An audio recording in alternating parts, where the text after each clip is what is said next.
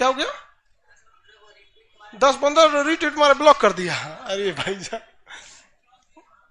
Twitter कभी कभी करते। खैर अब मेन टॉपिक पे आते हैं। रॉबर्ट हुक ने खोज किया था। कोशिका की खोज किसने किया? Robert Hooke. किसी भी छोटी चीज को किस चीज से पकड़ के निकाला जाता है? हुक से। देखते हैं कोई कोई छोटा चीज हो जाता है उसे किस चीज से निकाला जाता है? हुक से। कभी कभी कानून में खोटी उटी हो जाता है तो डॉक्टर से नहीं, वो हुक से निकाल देता है, रख ले रहता है ऐसा चिमटा। तो उसी तरह छोटी चीज को किससे निकाला जाता है? हुक से। तो याद कैसे रखेंगे? कोशिका की खोज रॉबर्ट हुक, रॉबर्ट हुक। लेकिन जीवित कोशिका की खोज Antony von Leeuwenhoek, Antony von Leeuwenhoek. बस हॉक याद रखिए ना, हुक हॉक।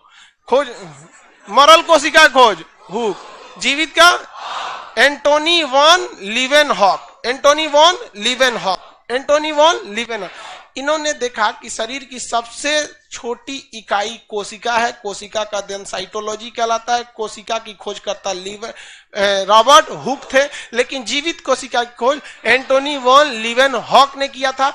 लेकिन इन लोगों ने कोशिका खोज कर चले गए। अब लोगों ने पूछा कि भैया ये कोशिका का करना क्या है, तो किसी को कुछ पता ही नहीं कि करना क्या है। तब आए थे स्लाइडेन एवं स्वान, नाम था उनका स्लाइडेन एवं स्वान। उन्होंने कोशिका सिद्धांत दिया। पूरा नाम क्या दोनों लोग का? स्लाइडेन, स्लाइडेन एवं स्वान। स्लाइडेन एवं स्वान ने कोशिका का सिद्धांत दिया और कहा कोशिका के सिद्धांत में कि पूरा शरीर कोशिकाओं से मिलकर बना है। ये कोशिका जो है ये शरीर की इकाई है, इसी से कोशिका मिलकर बना है। जिस तरह से बुंदिया जो होता है, बुनिया, छोटा छोटा बुनिया सान के बना के और उसको गुलिया दीजिए तो क्या बन जाता है? लड्डू। क्या बन जाता है? लड्डू। वैसे ही छोटी छोटी लड्डू के लिए कोशिका क्या हो जाएगा? बुनिया। लड्डू के लिए कोशिका बुन, उसकी इकाई वही हो जाएगा। जिस तरह ये क्लासरूम किससे मिलकर बना है? आप लोगों से मिलकर बना है। तो इस क्लासरूम की इकाई कौन हो जाएंगे? आप हो जाएंगे। आप लोग समझ, बोलता है बच्चे लोग, बच्चा है तुम। कह रहा है कि हम बच्चे लोग, ग्रेजुएशन में आ गया, हम बच्चे लोग। ये सब लड़की का रोहन होता है। बुढ़ौतियों में कहती अभी तो हम बहुत छोटे हैं। चलो भाई ध्यान से देखो, कोशिका सिद्धांत किसने दिया था? स्लाइडेन एवं स्वान। क्या कहा कि पूरा शरीर छोटी छोटी कोशिकाओं से मिलकर बना हुआ है। जिस तरह से आप देखिएगा, आप घर बनाइएगा ना तो सब घर में सबसे पहले क्या लगता है? ईंट। उसी तरह शरीर में सबसे पहले क्या लगता है? कोशिका। कोशिका। ईंट को जोड़ेंगे क्या बनेगा? दीवार। ईंट को जोड़ेंगे तो दीवार। भाई बिना ईंटे का दीवार बन जाएगा? नहीं। तो देखिए दुनिया हमेशा मेन चीज को याद रखती है। किसी दीवार को बनने में सीमेंट का भी योगदान है, बालू का भी योगदान है, ईंटे का भी है, लेकिन मेन योगदान किसका है? ईंट का। मेन योगदान ईंट का। तो उसी तरह जब कोशिकाओं को मिलाते हैं तो क्या बन जाता है? उत्तक, टिश्यू। उत्तक यानी टिश्यू। जिस तरह ईंट को मिलाए तो दीवार, कोशिका को मिलाए तो उत्तक, कोशिका को मिलाए तो उत्तक। एक बात बताओ, एक ईंटा ऐसे जोड़ते हैं, एक ईंटा ऐसे जोड़ देते हैं, एक इस तरह से जोड़ देते हैं, एक ऐसे जोड़ देते हैं, क्या दीवार बनेगा? कौन दीवार बनेगा? उसी तरह से उत्तक बनने के लिए एक ही टाइप की कोशिकाओं का बना रहना जरूरी है और एक फिक्स सीक्वेंस में रहना जरूरी है। यही सब सिद्धांत किसने दिया था? स्लाइडेन एवं स्वान ने। अच्छा, दीवार को आगे बढ़ाएंगे तो क्या बनता है? कमरा। कई को दीवार को बना देंगे तो कमरा। उत्तक मिला देंगे तो अंग बन जाएगा। क्या बन जाएगा? अंग। जैसे आंख, नाक, कान, हार्ट, दिल, गुर्दा, फेफड़ा, ये सब क्या है? अंग है सब। अब कमरे को मिला देंगे, क्या बन जाएगा? घर। घर। जब तक घर नहीं बन गया तब तक कोई भी चीज सुव्यवस्थित नहीं है। अंगों को एक जगह ले आके मिला देंगे तो शरीर बन जाएगा। क्या बन जाएगा? शरीर। तो ये कोशिका सिद्धांत किसने दिया? स्लाइडेन एवं स्लाइडेन एवं स्लाइडेन एवं स्वान। चलिए, कोशिकाओं के समूह को क्या कहेंगे? उत्तक। उत्तक से अंग, अंग से शरीर। इंग्लिश में बोलेंगे तो सेल, टिश्यू, ऑर्गन, पूरा बॉडी बन गया। ऑर्गन के बाद बॉडी बन गया। स्लाइडेन एवं स्वान ने इन लोग का सिद्धांत दे दिया। आगे बढ़ जाए, अगला देखते हैं, सबसे बड़ा कोशिका और सबसे छोटा कोशिका। ये दो चीज हमेशा बायोलॉजी में आपको डिस्टर्ब करेगा कि बायोलॉजी जब पढ़ेंगे तो आपको दो चीज पूछे, एक मानव शरीर में सबसे बड़ा सबसे छोटा, एक ओवरऑल पृथ्वी पर हर एक जीवों में सबसे बड़ा सबसे छोटा। तो ओवरऑल सबसे बड़ा जो होता है शुतुरमुर्ग का अंडा। शुतुरमुर्ग का अंडा। अब देखिए, अंडा जब भी किसी भी चीज का, मुर्गी का भी आप लोग ज्यादातर तो इधर मुर्गी का अंडा खाता है, इधर शुतुरमुर्ग का अंडा इतना बड़ा होता है। नारियल पानी देखे, डाब, नारियल का दाम, उसको व्हाइट कर दीजिएगा तो शुतुरमुर्ग का अंडा हो जाएगा। उतना बड़ा अंडा होता है शुतुरमुर्ग का। तो बड़ा शुतुरमुर्ग होता भी तो है, ऑस्ट्रिच बोलते हैं इंग्लिश में, उसे क्या कहते हैं? ऑस्ट्रिच।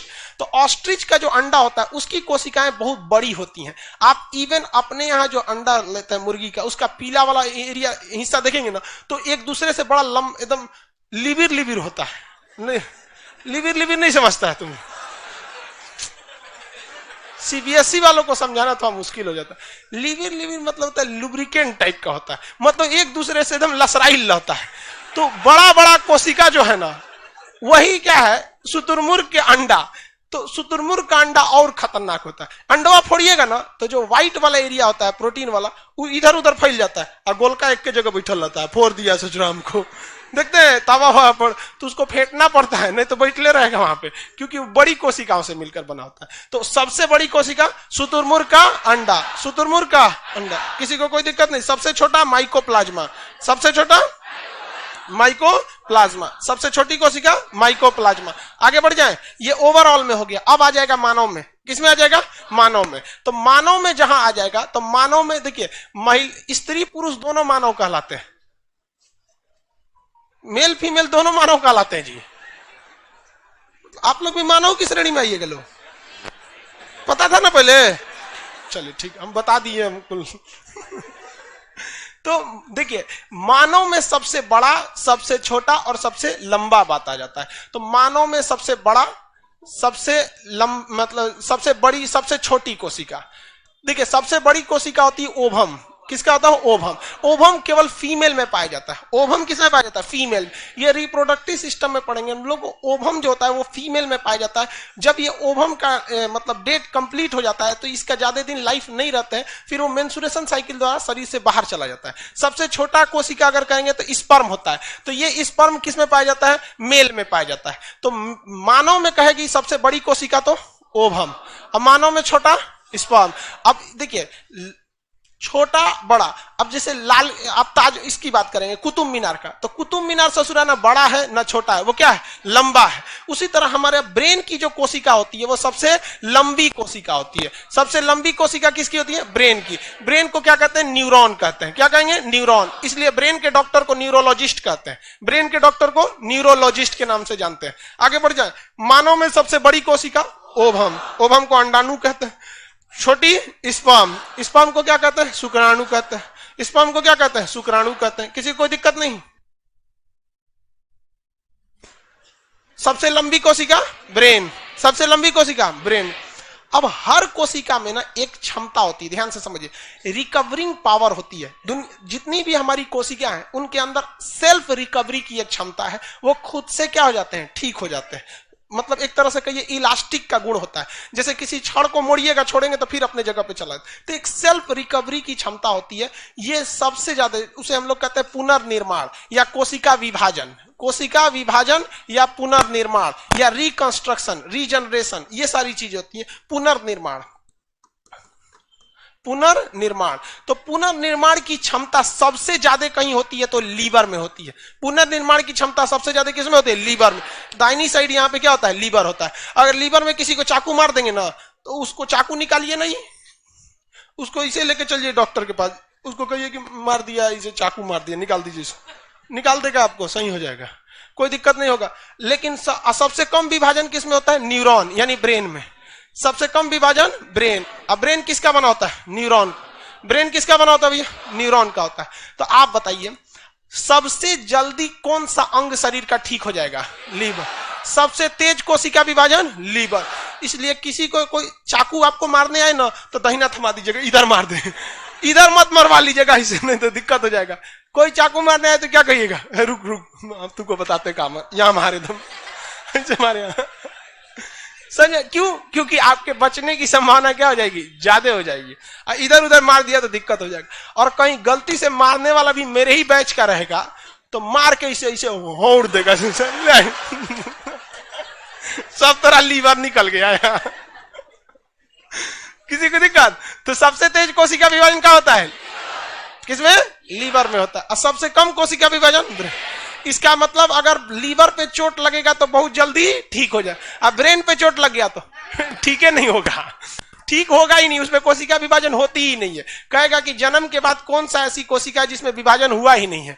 ब्रेन में। किसमें? ब्रेन में। उसमें कोशिका विभाजन नहीं होता है। इसलिए किसी को एक लाठी हुमच के मार दीजिएगा ना, तो तनी मनी मारिएगा तो ऊपर का चमड़ा रोक लेगा, और हुमच दीजिएगा तो खोपड़िया रोक लेगा, और तनी बढ़िया से हुमच देंगे तो खोपड़िया फूट के अंदर एक मेम्ब्रेन होता है जिसे मेनिंजाइट कहते हैं, और वही डिस्टर्ब हो जाएगा तो मेनिंजाइटिस हो जाएगा। और जबरदस्त हुमच दिए और अंदर जो भेजा यानी जो न्यूरॉन है वहां तक पहुंच गया ना, तक काम खत्म। ब्रेन हेमरेज, ब्रेन डेड कुछ भी हो सकते हैं आप लोग। तेरे नाम मूवी देखे? मारता है उसको, चोट कहां तक चल जाता है? अंदर तक, ले गायब हो गया। गजनी देखे? हाँ, मारता है तो क्या हो जाता है? पूरा उसका ब्रेन गड़बड़ा जाता है। समझ में गया कि नहीं? गल बहुत खतरनाक। दोनों ससुरा पिटाया सब लड़की के चक्कर में। प्यार करने से पहले अंजाम देख लो, यकीन ना आए तो गजनी और तेरे नाम देख लो।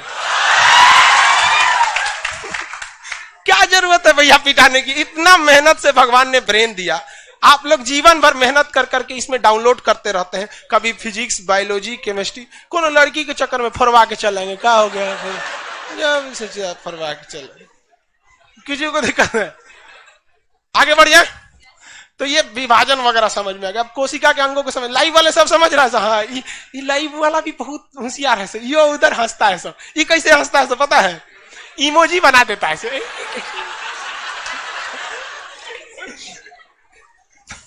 डिजिटल इंडिया में भी हंसी नहीं बर्दाश्त होती है, और गुस्साएगा तो लाल रंग का भौकाल बना दी गई।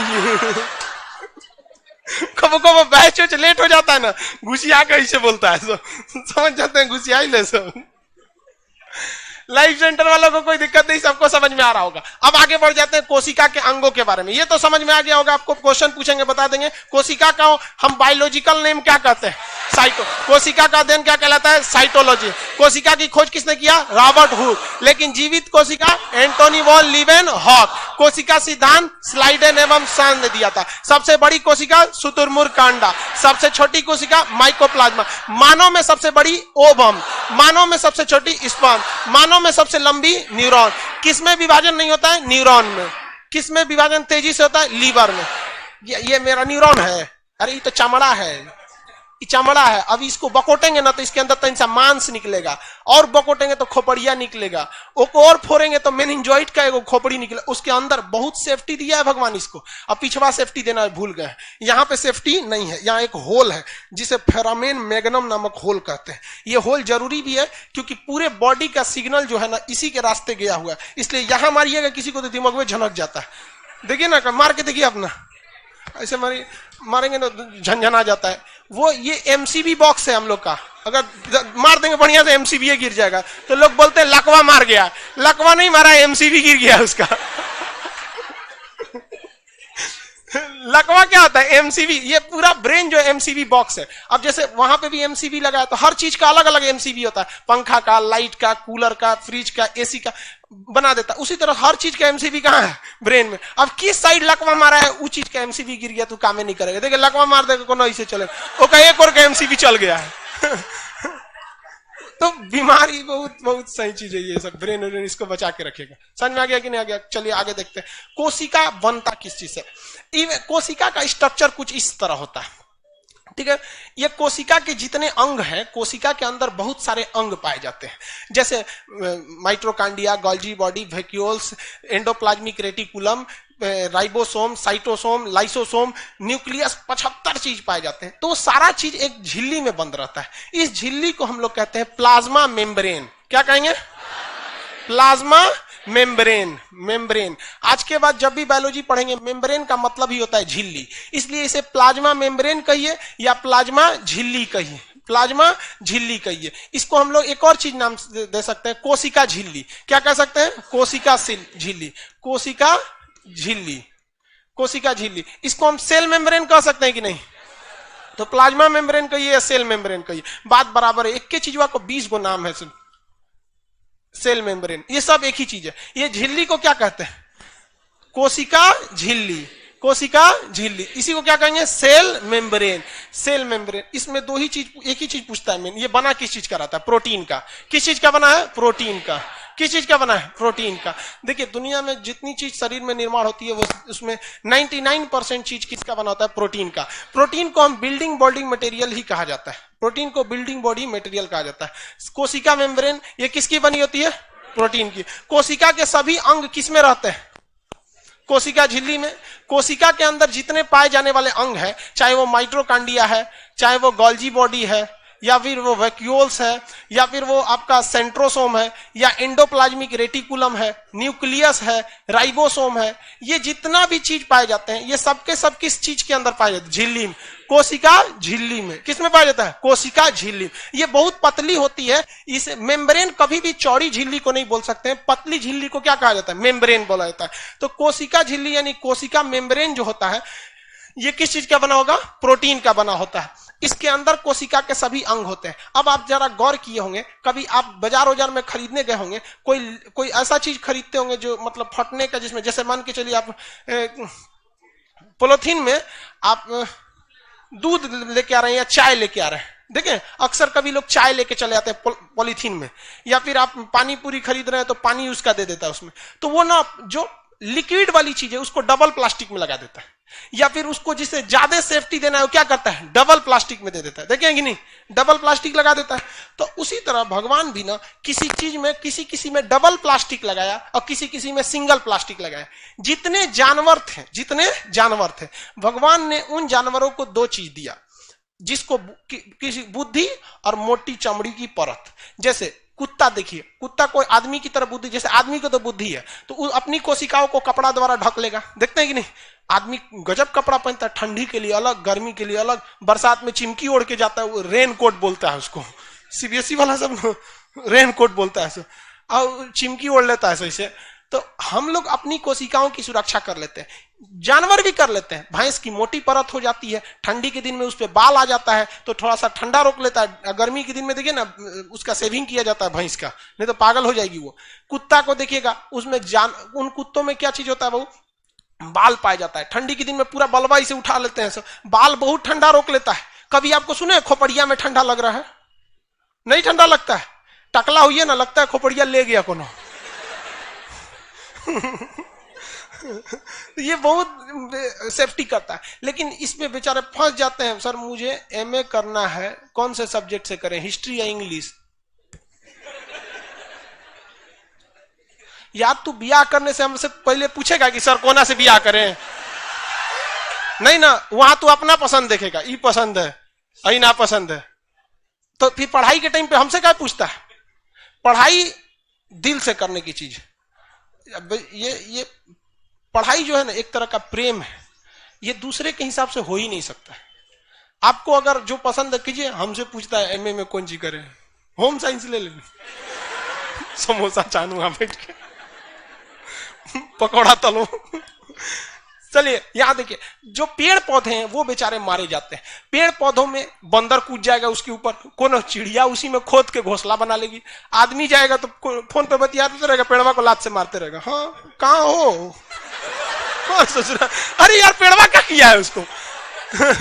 देखते हैं कोनो जाएगा तो वही पे टेक लेकर ऐसे खड़ा हो जाएगा। अरे भाई उसको चोट लग रहा होगा, समझाएगा, नेटा छिनकेगा, कोई नहीं देख रहा, पेड़ में पहुंच देगा।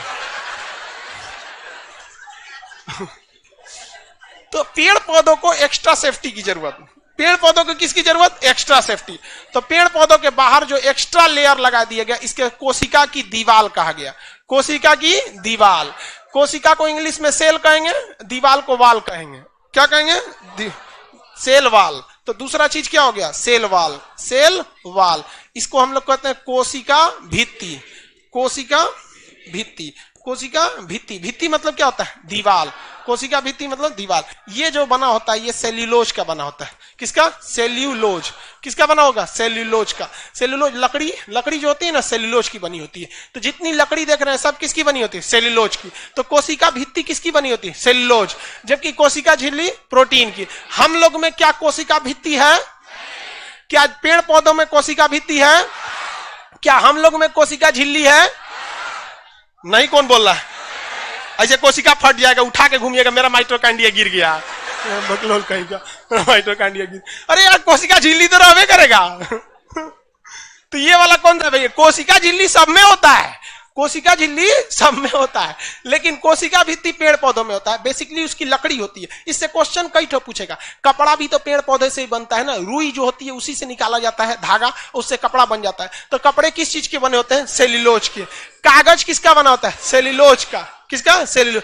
यही कागज की तो एक बढ़िया वेराइटी है नोट, गांधी जी वाला, वो भी किसका बना होता है? सेल्यूलोज का। किसका? सेल्यूलोज का। ये सब दरी कालीन सब किस चीज की बनाई गई? सेल्यूलोज की। आगे बढ़ जाए। सेल्यूलोज, इस सेल्यूलोज को हम लोग नहीं पचा सकते, हम लोग के पेट में वो पचता नहीं है। इसलिए बचपन में भले आदमी कागज खा जाता था, किताब का कोनवा नोच नोच के खा जाता था, लेकिन वो पचता नहीं है। हम लोग को ग्लूकोज पचता है। तो ये तो समझ में आ गया। अब इसके अंदर पढ़ना चालू करते हैं, इसके अंदर क्या क्या चीजें होती हैं। तो स्टार्ट करते हैं किससे? माइटोकांड्रिया से। सूत्रकर्णिका, हिंदी में माइटोकांड्रिया को क्या कहते हैं? सूत्रकर्णिका।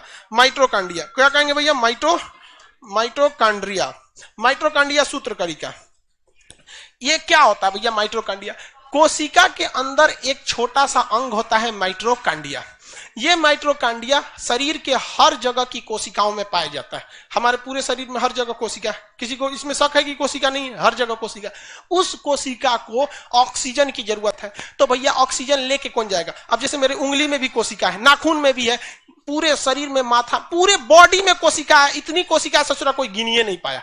तो हमारे शरीर में हर जगह कोशिका है, और उस कोशिका के अंदर क्या चीज है? माइटोकांड्रिया है। क्या है? माइटोकांड्रिया। घुटना में, पैर में, पेट में, हर जगह है, और इसको हर हाल में चाहिए ऑक्सीजन। तो भैया ऑक्सीजन ले कौन जाएगा? फेफड़ा जो होता है, इस ससुरा ऑक्सीजन का इसको कोई जरूरत नहीं है।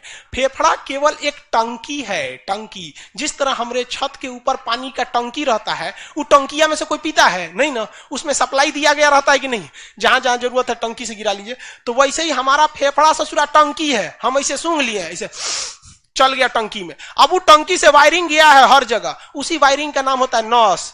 और जैसे टंकी से निकलेंगे पानी तो उसमें दौड़ेगा खून, और वही ऑक्सीजन को लेकर चल जाएगा, सबको बांट देगा। ले माइटोकांड्रिया, ले ले ऑक्सीजन, ले ले ले ले ले ले चल चल चल चल यहाँ पे। तो हम लोग को लगता है फेफड़ा सांस लेता है। अरे चचरा, फेफड़ा सांस लेता है? फेफड़ा केवल हवा को स्टोरेज की क्षमता देता है, नथिंग मोर देन दैट। उसको और कोई काम नहीं है। डायरेक्ट पहुंचा देंगे ऑक्सीजन तो दिक्कत हो जाता है, वो छांट लेता है। हम सूंघते हैं ना, देखिए हम सूंघते हैं तो नाइट्रोजन, CO2, ऑक्सीजन सब जाता है। इसमें से फेफड़वा बहुत होशियार छांट लेता है, कार्बन डाइऑक्साइड तोर काम नहीं, तू इधरे रहो, मेन ऑक्सीजन को भेजना है, ये सब मेन है। तो फेफड़ा क्या करता है? केवल स्टोरेज प्रदान देता है। क्या करेगा? स्टोरेज। बाकी वो ऑक्सीजन कहां गया है?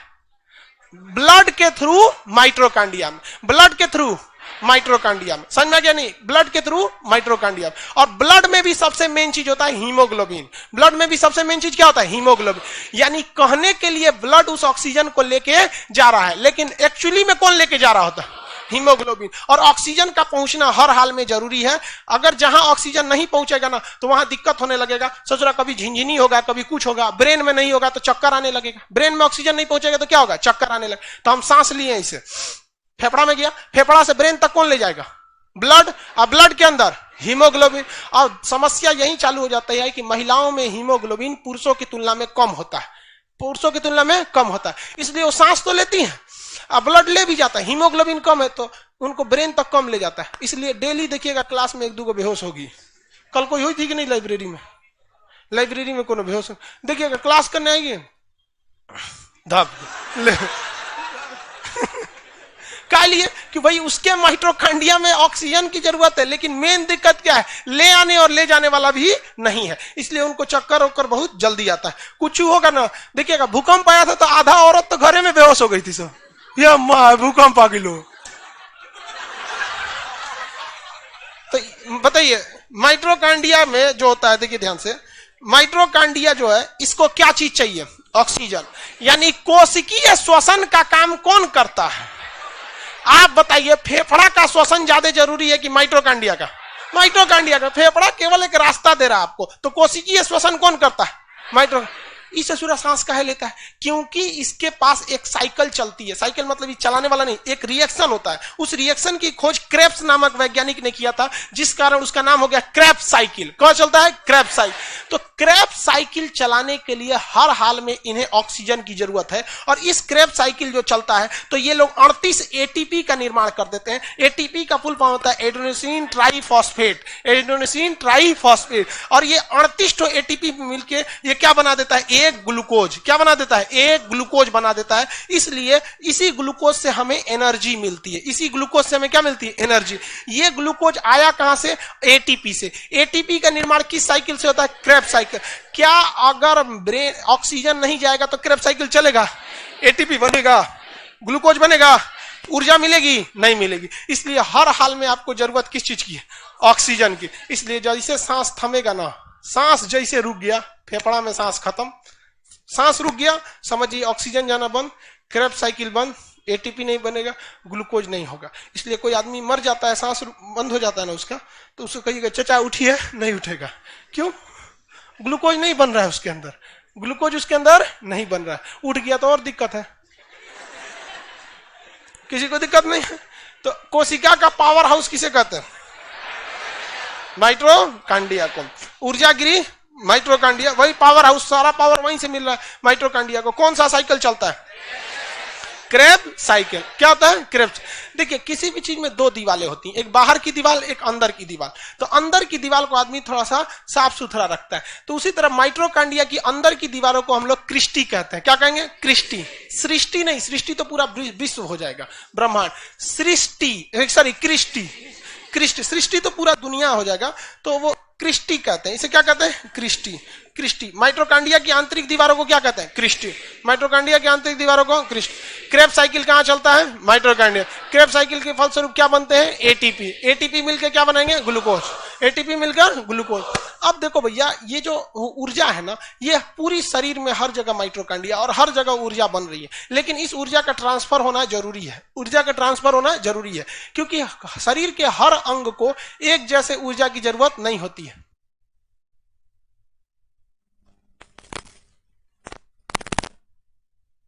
बांका वाले भाई साहब आप तो कैमरे में एकदम घुस गए हैं।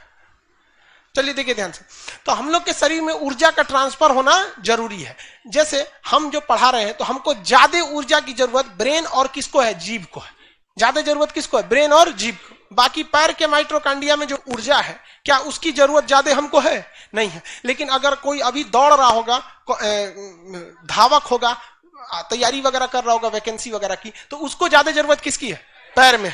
पैर में कोई हथौड़ी से पीट रहा है उसको, हाथ के। कोई महिला अभी रोटी बेल रही होगी, ले समझ आ गया कि नहीं आ गया, उसको भी किसकी जरूरत है, हाथ में जाते। तो ट्रांसफिकेशन चाहिए, यहां से वहां, यहां से वहां ले जाना है जी। जहां जरूरत है वहां क्या कर दो, ट्रांसफर कर दो। अब हमको सुबह से शाम तक जीभ का जरूरत है। पता चला अगर पैर की ऊर्जा हमको जीभ तक नहीं आई, या फिर हमको बाकी जगह के माइटोकांड्रिया ने उस ऊर्जा को ट्रांसफर नहीं किया, तो हमारा 2 घंटा बाद जीभ जो डाउन हो जाएगा, माइटोकांड्रिया का स्पीड कम हो गया। समझ आ रहा है कि नहीं आ रहा है, ट्रांसफर जरूरी है ना, ले आओ इधर उधर से। नहीं तो जो जहां का अगर मान के चलिए हम लोग की तरह, तुम्हारा माइटोकांड्रिया हम अपने ऊर्जा नहीं देंगे, तुम अपना नहीं देंगे, तो ये ऐसे हो जाएगा तो दिक्कत हो जाएगा। तो ये ट्रांसफिकेशन का काम कौन करता है, गोल्जी बॉडी। कौन करता है, गोल्जी बॉडी। ऊर्जा का ट्रांसफिकेशन वगैरह का काम कौन करता है, गोल्जी बॉडी। इसकी खोज कैमिलो गोल्जी ने किया था। किसने किया, कैमिलो गोल्जी। आप लोग भी खोज कीजिएगा, अपने नाम पर रख दीजिएगा। सच में आ गया कि नहीं। लेकिन हम लोग तो खोज नहीं किए, भारत वाला क्या खोज किया, गोल लिट्टी, चपटा लिट्टी, आग वाला लिट्टी, तेल वाला लिट्टी, चोखा, रसगुल्ला, चमचम, राजभोग, बर्फी, ये सब कौन सब मतलब नहीं रहता हम लोग को। चलिए आगे बढ़ जाते हैं। इसके बाद आता है वैक्यूल्स। क्या आता है, वैक्यूल्स। देखिए हमारे शरीर में 65% जल है। कितना है, 65% जल। बट ये डायरेक्ट पानी के फॉर्म में नहीं है। जैसे हम लोग दिन भर में लगभग 6 लीटर से 8 लीटर पानी पीना चाहिए, लेकिन हम डायरेक्ट पानी नहीं पीते, उसे कई फॉर्म में पीते हैं। जैसे चावल खाते हैं उसमें भी पानी रहता है, दाल पीते हैं उसमें भी रहता है, दूध जो हम लोग पीते हैं उसमें भी पानी रहता है। 100% वो दूध थोड़ी है भाई, गाय जो दूध पानी पी है उस पानी का फॉर्म वो दूध के रूप में है। तो हम लोग के शरीर में 65% जल है। तो इसका मतलब ये नहीं कि 65% जल का मतलब कोई 100 किलो का आदमी है, उसको ऐसे कहीं छेद कर दीजिएगा तो 65 लीटर पानी गिरेगा, गिर गया यहाँ पे। अरे यार वो आदमी है, पानी टंकी थोड़े है। उसका पानी अलग अलग फॉर्म में है। ब्लड में भी पानी होता है, हर जगह पानी होता है। लगभग कितना % पानी है, 65। अब ये पानी स्टोर कहां है, कहां स्टोर होगा, पानी कहीं ना कहीं स्टोर होगा कि नहीं होगा, हाँ किसमें, वैक्यूल्स में पानी रहता है। देखिए वैक्यूल्स जो होता है ना, ये मेनली पानी को स्टोर करके रखता है। छोटे छोटे कोशिका हमारे शरीर में असंख्य कोशिकाएं हैं, लाखों करोड़ों में है, और उन करोड़ों कोशिकाओं के पास क्या है? वैक्यूल्स। इसे हिंदी में कहते हैं रसधानी। क्या कहते हैं? रसधानी। क्या कहते हैं? क्या कहेंगे भैया उसको? रसधानी। तो पानी कहां जाके स्टोर रहता है? उसी में। अब छोटा छोटा छोटा छोटा करके हर जगह पे क्या है? आपका पानी स्टोर है। नहीं तो इन्हें कि एक के जगह थैली में स्टोर है। पता चले एक जगह 5 लीटर पानी स्टोर है, तो करवट लेटेंगे तो पनिया इनने चल आएगा, ढक ढक ढक ढक बोलने लगेगा, नहीं देखे डिस्टर्ब हो जाएगा ना पानी। थाली में कभी पानी लेके देखिए ना तो डिसबैलेंस हो जाता है वहां पे। तो पानी एक जगह नहीं है, कहां पर है वो? वैक्यूल्स में। किसमें है? वैक्यूल्स। और वैक्यूल्स तो हर जगह है सब, शरीर के हर जगह क्या है? सब वैक्यूल्स है सब। शरीर में कितना % पानी है? 65। अगर आपके शरीर में 1%, कितना %? 1% पानी की कमी हो गई तो आपको प्यास लगने लगता है। क्या लगने लगता है? प्यास। 2% हो गया तो और तगड़ा प्यास, 3% हो गया तो और, 5% हो जाता है तो देहात में बोलते हैं एकदम तरास गई है एकदम। अब 10% पानी की कमी हो गई तो चल जाएंगे, मर जाएंगे। शरीर में अगर 10% पानी की कमी हो गई, डिहाइड्रेशन से आप क्या हो जाएंगे? मर जाएंगे यहाँ पर। इसलिए पानी का रहना शरीर में बहुत जरूरी है। लूज मोशन जब होता है इंसान को, दिन भर में 4 बार 5 बार अगर लूज मोशन हो गया तो बॉडी से वाटर की मात्रा रिलीज होने लगती है। इसलिए डॉक्टर कहता है कि सोचो पानी कम हो गया, ग्लूकोज और नमक चीनी पानी घोल के पीना पड़ता है। ORS हो गया, दुनिया भर का चीज आता है। अरे ORS वगैरह ये सब चीज सर वो है, आप खुद से भी क्या कर सकते हैं? चीनी पानी नमक हल्का सा मिला सकते हैं। 80% चीनी 10% नमक पानी में क्या कर लीजिए? घोल लीजिए और पी लीजिए। आपको क्या मिल जाएगा? ग्लूकोज मिल जाएगा। तो बताइए वैक्यूल्स का मेन काम क्या? वैक्यूल्स को हिंदी में क्या कहते हैं? गोल्जी बॉडी का मेन काम क्या है? ऊर्जा परिवहन। किसने खोज किया? Camillo Golgi. एटीपी का निर्माण कौन करता है? माइटोकॉन्ड्रिया। किस साइकिल द्वारा? Krebs cycle. आंतरिक श्वसन का काम कौन करता है? आंतरिक श्वसन का काम माइटोकॉन्ड्रिया। माइटोकॉन्ड्रिया की आंतरिक दीवारें क्रिस्टी कहलाती हैं। क्या कहलाएंगी? क्रिस्टी। आपसे क्वेश्चन पूछते हैं, वैक्यूल्स जो होते हैं वो पेड़ पौधों में पाए जाएंगे या मानव में पाए जाएंगे? हाँ भैया दोनों में। हाँ दोनों में। किस में पाया जाएगा? दोनों में पाया जाएगा। किसमें? दोनों में। बड़ा किस में होगा? पेड़ पौधों में बड़ा होगा, क्योंकि उनका मुख्य चीज क्या है? पानी है। तो वैक्यूल्स की मात्रा किस में ज्यादा होती है? पेड़ पौधों में। उसमें बड़ी होती है पेड़ पौधों में। अब ये हो गया सेंट्रोसोम। क्या हो गया? सेंट्रोसोम। सेंट्रोसोम का काम होता है दोनों में। वेरी गुड, सब लोग दोनों में। सेंट्रोसोम जो होता है इसका काम होता है कोशिका का विभाजन करना, सेल डिवीजन। क्या करना है? Cell division. देखो बाबू ध्यान से समझो, आप जब आप पढ़ते हैं, कोई भी सब्जेक्ट पढ़ते हैं, ऐसा नहीं है कि आप जीएस पे ध्यान देंगे तो आपका रिजल्ट हो जाएगा। आपके लिए हर सब्जेक्ट इक्वल मायने रखते हैं। एक भी सब्जेक्ट लड़खड़ाएगा आपका रिजल्ट नहीं होगा, खास करके ससुरा नॉर्मलाइजेशन के जमाना में। तो इसलिए सबको बराबर रखना है। और सारे सब्जेक्ट में एक ही समस्या होती है, जब पढ़ते हैं तो बहुत मजा आता है, 2 महीना बाद गायब हो जाता है। तो उस सब के लिए आप, इसीलिए हम आपको उसी हिसाब से पढ़ा रहे हैं कि 2 महीना बाद गायब नहीं होगा। खाली फोटो देखा के अभी फोटो याद रहेगा ना तो आपको रिवीजन में आसानी होगा। इसको देख लेंगे तो तन याद आएगा। क्रिस्टी, क्रेब्स चक्र, आंतरिक श्वसन, ग्लूकोज, एटीपी, परिवहन, पानी, अब आ जाए सेंट्रोसोम। उतना पढ़ने का फुर्सत है किसी को?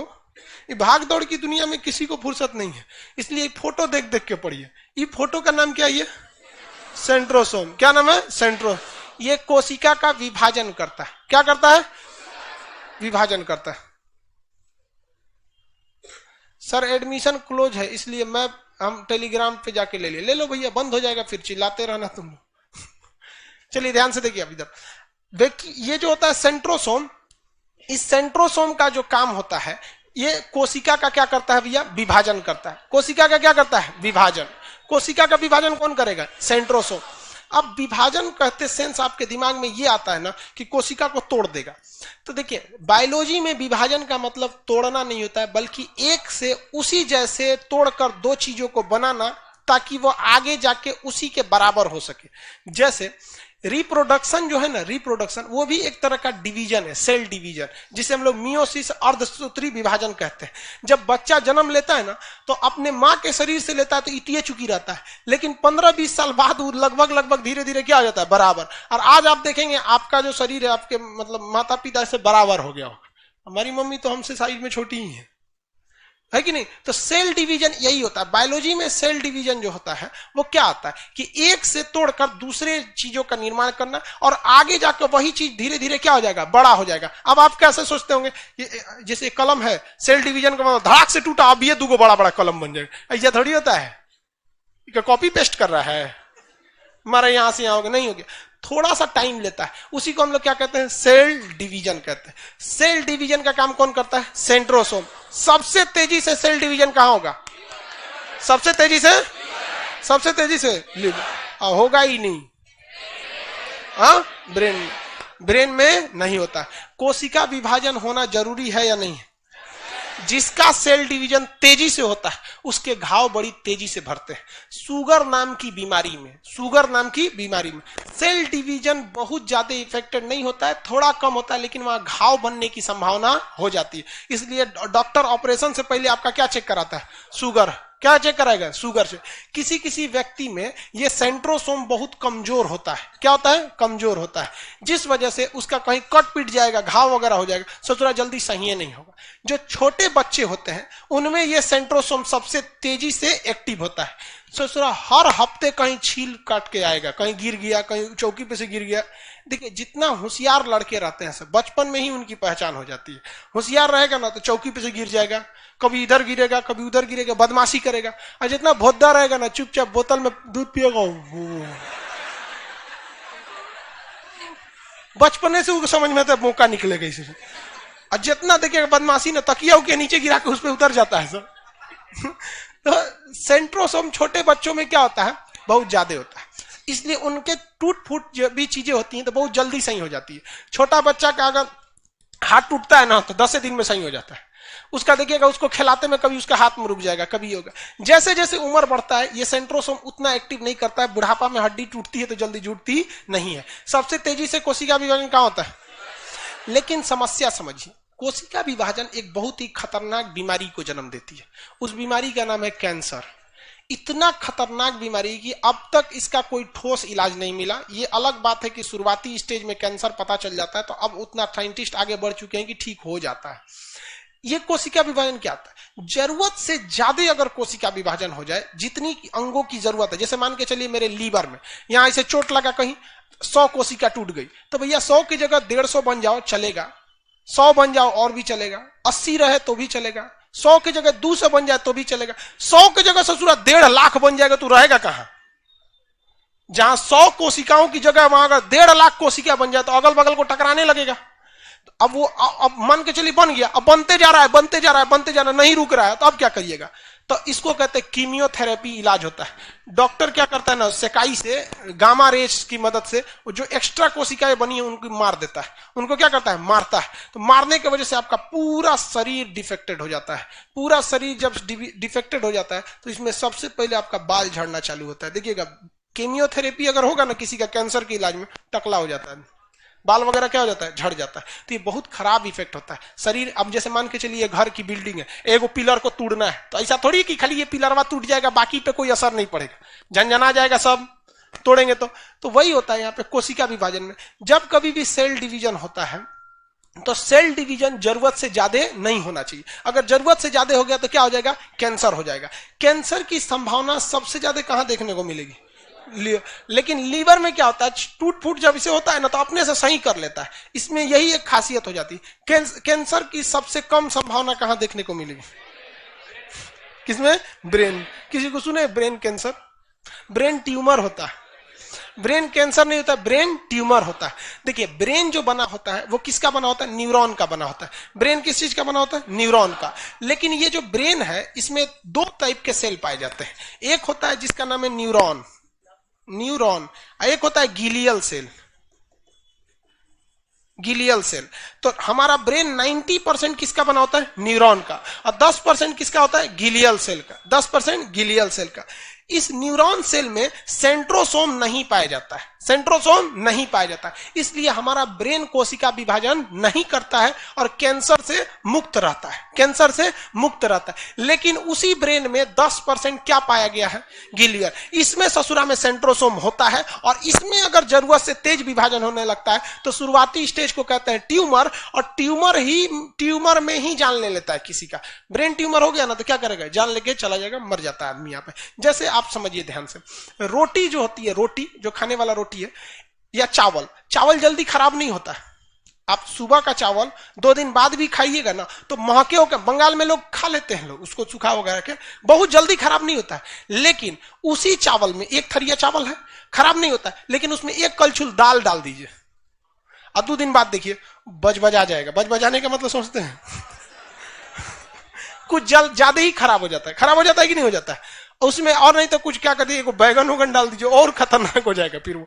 तो उसी तरह से 90% ये न्यूरॉन सेल होता है, इसमें सेंट्रोसोम नहीं पाया जाता। 10% गिलियल सेल में क्या पाया जाता है, सेंट्रोसोम, जिस वजह से वो क्या चालू हो जाता है, कोशिका का विभाजन चालू हो जाता है। तो ब्रेन में क्या हो जाता है, ट्यूमर हो जाता है। आगे बढ़ जाए, किसी को दिक्कत? ऊर्जा का निर्माण कौन किया, परिवहन, पानी किसने किया, वैक्यूल्स ने किया। और कोशिका का विभाजन, कोशिका विभाजन सेंट्रोस, कोशिका विभाजन। अब आता है ईआर। ईआर का मतलब होता है एंडोप्लाज्मिक रेटिकुलम। 4 बार बोलिएगा, याद हो जाएगा। एंडोप्लाज्मिक रेटिकुलम, एंडोप्लाज्मिक रेटिकुलम क्या होता है, एंडोप्लाज्मिक रेटिकुलम, एंडोप्लाज्मिक रेटिकुलम। समझिए अब क्या होता है। एंडोप्लाज्मिक रेटिकुलम जो है वो कोशिका को फैला कर रखता है। जैसे कोशिका के अंदर वैक्यूल्स है, राजधानी है, ये सारी चीजें हैं। अगर कोशिका पचक गया तो ये तो दब के मर जाएगा सर। जैसे ये क्लासरूम है, अगर पचक गया तो आप लोग का क्या हाल होगा, खत्म कहानी आप लोग का हो जाएगा। तो इस क्लासरूम को पचकने से कौन रोक रहा है, ये पिलर जो है सर, क्या है सब, पिलर। पूरा क्लासरूम है किस पे, हवा में है, पिलर हटा दीजिएगा तो खत्म कहानी हो जाएगी। ऊपर वाला दीवार से टच में ही नहीं है, ऊपर का जो शेड है वो दीवार से कहां टच में है, सारा का सारा चीज किस पर है, पिलर पर। किस पर है, पिलर पे। अगर पिलर गया चपाक से बैठ जाएगा, सब लोग मर जाएंगे। उसी तरह से ये पूरी कोशिका का पिलर कौन होता है, एंडोप्लाज्मिक रेटिकुलम, एंडोप्लाज्मिक रेटिकुलम। अगर एंडोप्लाज्मिक रेटिकुलम को हटा देंगे तो कोशिका एक गुब्बारा की तरह हो जाएगा, जिसका कोई शेप साइज नहीं रहेगा, कभी इधर कभी इधर। अब गुब्बारा में पानी भर के रख देंगे, क्या वो सीधा खड़ा रहेगा, अजीब हो जाएगा। तो उसी लिए उसमें पिलर लगाया गया। हमारे शरीर में पिलर है कि नहीं है, 206 गो पिलर। कितना पिलर है, 206, जिसको हम और आप अपनी सामान्य भाषा में हड्डी कहते हैं। क्या कहते हैं, हड्डी। और अगर पिलर नहीं रहेगा ना तो जहां तहां भागने लगेगा। पेट देखते हैं, पेट, पेट में हड्डी है नहीं, तो पेट निकल जाता है। जैसे मेरा शुभारंभ हो गया है, पेट वगैरह मेरा निकलना चालू हो गया है। अब देखिएगा किसी किसी का पेट जो निकलता बुझाता है चौताल है, इसे इतना बड़ा हो जाता है पेट। अब उसे जब बिना पिलर का बहुत दिक्कत हो जाता है। मेरा बहुत जल्दी हो जाएगा लग रहा है, नहीं अभी लॉकडाउन था ना, लॉकडाउन में आदमी घर का खाना मम्मी दबा के खिलाते रहती थी। हर 2 घंटा पे कुछ ना कुछ लेके चली आती खाने के लिए, ये खा लो, ये खा लो। अब यहाँ आ गया आदमी, अब टेंशन नहीं है। थोड़ा सा लॉकडाउन में मेहनत भी तो नहीं था ना, इसलिए निकल गया। तो देखिए पेट में पिलर उलर नहीं है तो इसका कोई शेप साइज है नहीं, जहां तहां चल जाता है। अरे कई कई को का मोटाता ऐसा तो इधर ई होता है, लगता है चूड़ीदार पैजामा है। यहाँ 4 गो परत जम जाता है। तो उसी तरह हमारे शरीर का कंकाल कौन होता है, जिस तरह हमारे शरीर को पचकने से कंकाल रोकता है, उसी तरह कोशिका को पचकने से कौन रोकता है, एंडोप्लाज्मिक रेटिकुलम। इसलिए कोशिका का कंकाल किसे कहते हैं, एंडोप्लाज्मिक। कोशिका को अंदर से सपोर्ट कौन देता है, एंडोप्लाज्मिक रेटिकुलम। विभाजन, पानी, परिवहन, ऊर्जा निर्माण, माइटोकॉन्ड्रिया। किसी को कोई दिक्कत नहीं है, आगे बढ़े।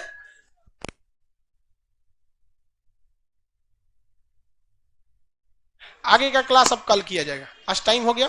बीच वाले लोग निकलेंगे, पहले रास्ता बनाएंगे। आज के लिए इतना ही, टाइम हो गया पता ही नहीं चलता है।